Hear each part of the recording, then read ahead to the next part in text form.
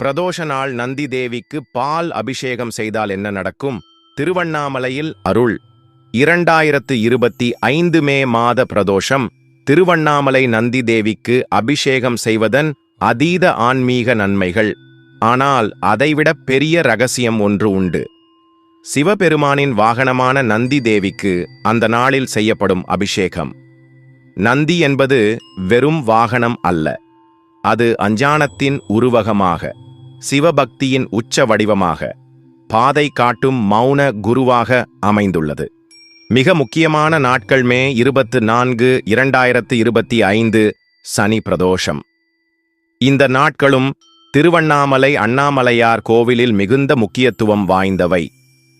அந்த மாலை நேரத்தில் நடைபெறும் நந்தி அபிஷேகத்தை நேரில் கண்டாலே புண்ணியம் கிடைக்கும் என்பது தொன்மத்தின் கூற்று.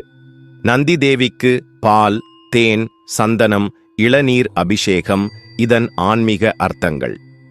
பால் பாவநாசனத்தின் உருவம்.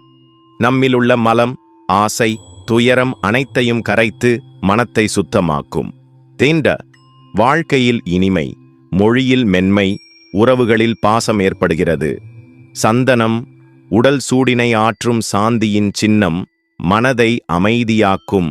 இளநீர் உடலுக்கும் உயிருக்கும் தேவையான எளிய துரும்பற்ற வழிபாடு.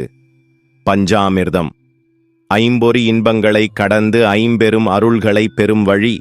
நந்தி தேவிக்கு பிரதோஷ நாளில் வணங்குவதால் கிடைக்கும் அதிசய பலன்கள். கர்ம பந்தங்கள் களைவான். நந்தி தேவியை பார்த்து பிரார்த்தனை செய்தால் பழவினை கரையும். சிவதரிசனத்தின் வாயிலாகும். நந்தி வழியாகவே சிவபெருமானை காணும் இலகுவான பாதை கிடைக்கும். தொழிலில் உயர்வு, குடும்பத்தில் அமைதி.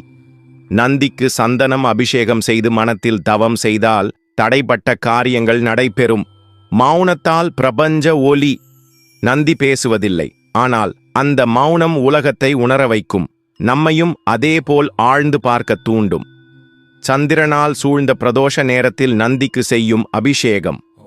இது துல்லியமான நேரத்தில் செய்தால் நம் ஜாதக பாபங்களை கூட நந்தி காப்பாற்றுவார். திருவண்ணாமலை பிரதோஷ நந்தி தரிசனத்தின் சிறப்புகள். திருவண்ணாமலை நந்தி சிவஞானத்தின் உருவகமும் அனுமதிக்கின்ற இறைவனின் கதவாகவும் கருதப்படுகிறார்.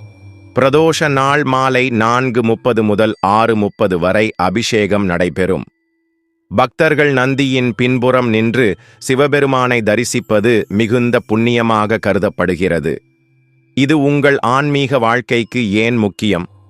ஒரு பிரதோஷம் நாள் + ஒரு நந்தி தரிசனம் + ஒரு மனதார